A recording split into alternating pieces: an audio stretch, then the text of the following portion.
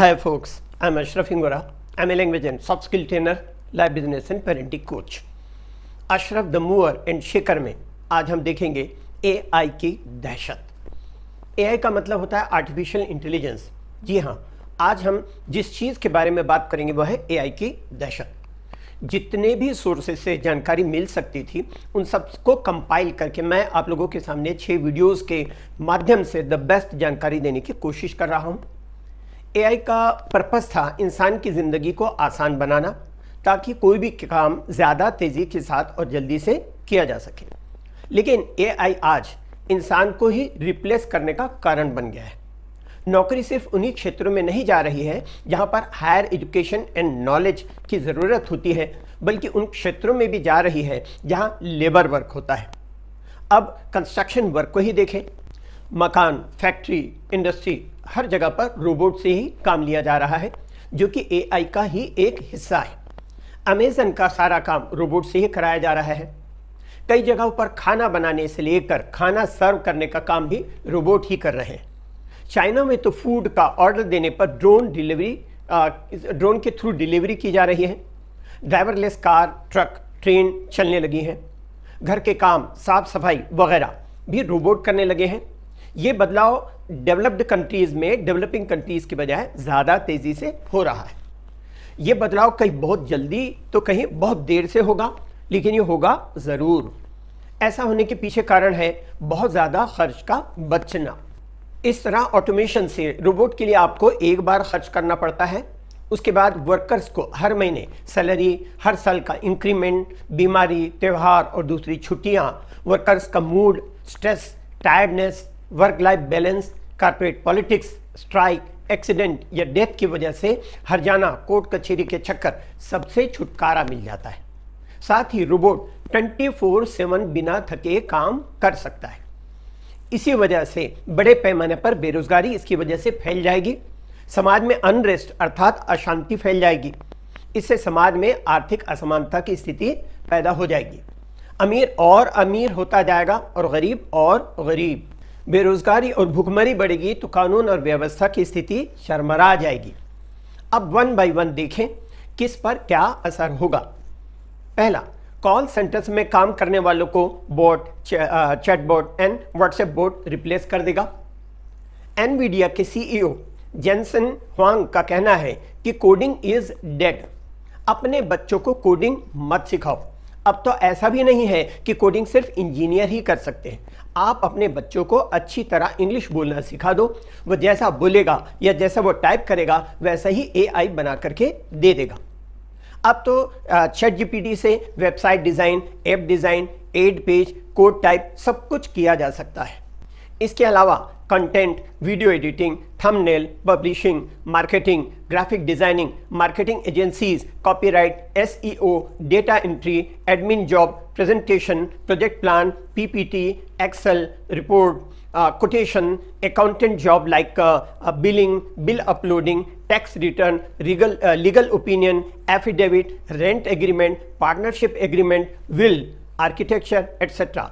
ये सब कुछ तो AI के थ्रू होने लगा है। अब तो 10 आर्किटेक्ट का काम एक ही आर्किटेक्ट से हो जाएगा।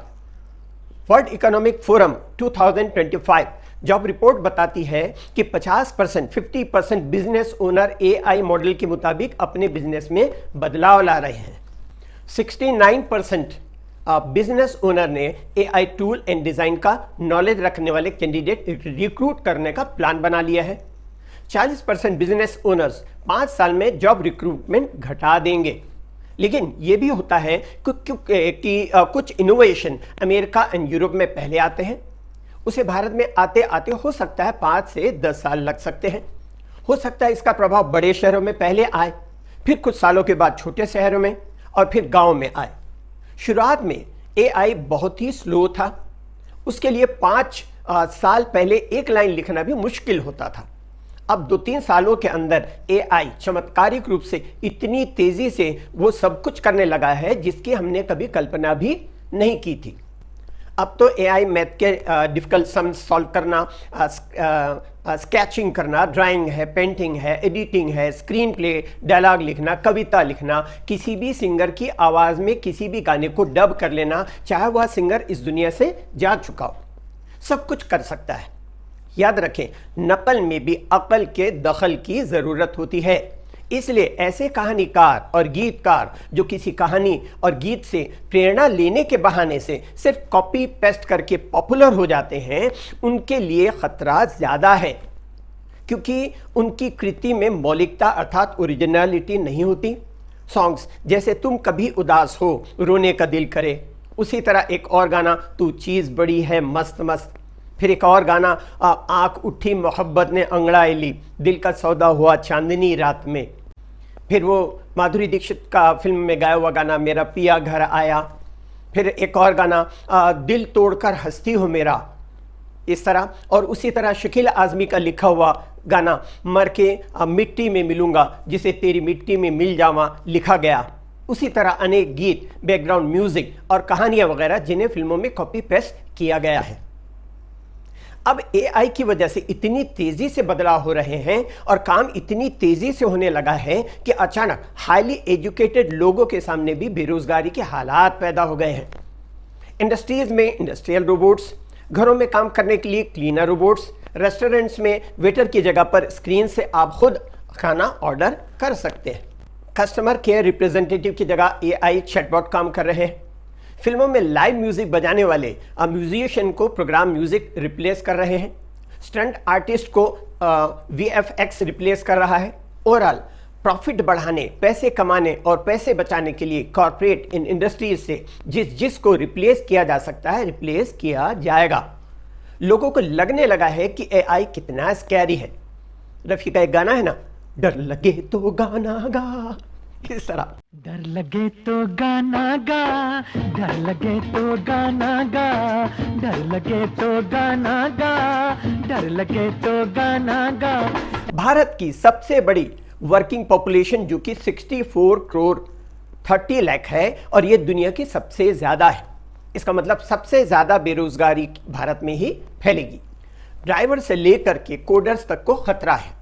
जहां एक तरफ रोजगार उपलब्ध कराने के मामले में हमारी सरकार की कोई नीति ही नहीं है, फालतू मुद्दों के बारे में सरकार चीखती चिल्लाती रहती है, लेकिन रोजगार उपलब्ध कराने के बारे में कोई बात ही नहीं करती। वहीं दूसरी तरफ करोड़ों की तादाद में ग्रेजुएट एंड पोस्ट ग्रेजुएट नौकरी की तलाश में दर दर भटक रहे हैं। ये तो हुई बेरोजगारी की बात, लेकिन जिनके पास आज रोजगार है वो भी वहाँ भी इनकी छटनी की जा रही है, क्योंकि जिस काम को करने में इंसान को घंटों और महीने लगते हैं वो एआई की मदद से मिनटों में और ज़्यादा एक्यूरेसी के साथ किया जा रहा है। भारत में ज़्यादातर हिस्सों में डिजिटल स्किल क्वालिटी एजुकेशन आज भी एक सपना है। यहाँ तक कि शहरों में भी कोई फ्यूचरिस्टिक एजुकेशन प्रोवाइड नहीं की जा रही है, जिससे स्टूडेंट्स के भविष्य में आने वाली चुनौतियों का सामना करने में जिससे स्टूडेंट सक्षम हो। जब किसी परिवार के एक व्यक्ति की नौकरी चली जाती है ना, तो परिवार का पूरा ताना बाना ही बिखर जाता है। तो सोचिए कि अगर लाखों और करोड़ों की नौकरियां चली जाएंगी तो अंजाम क्या होगा। इंग्लिश के लिए आप मेरे channel English breakfast with Ashraf and soft skill के लिए Ashraf the mover and shaker को लाइक शेयर एंड सब्सक्राइब करें। कमेंट सेक्शन में कमेंट करें, बेल आइकॉन प्रेस करें और मेरी बुक जरूर पढ़ें। Thanks for watching.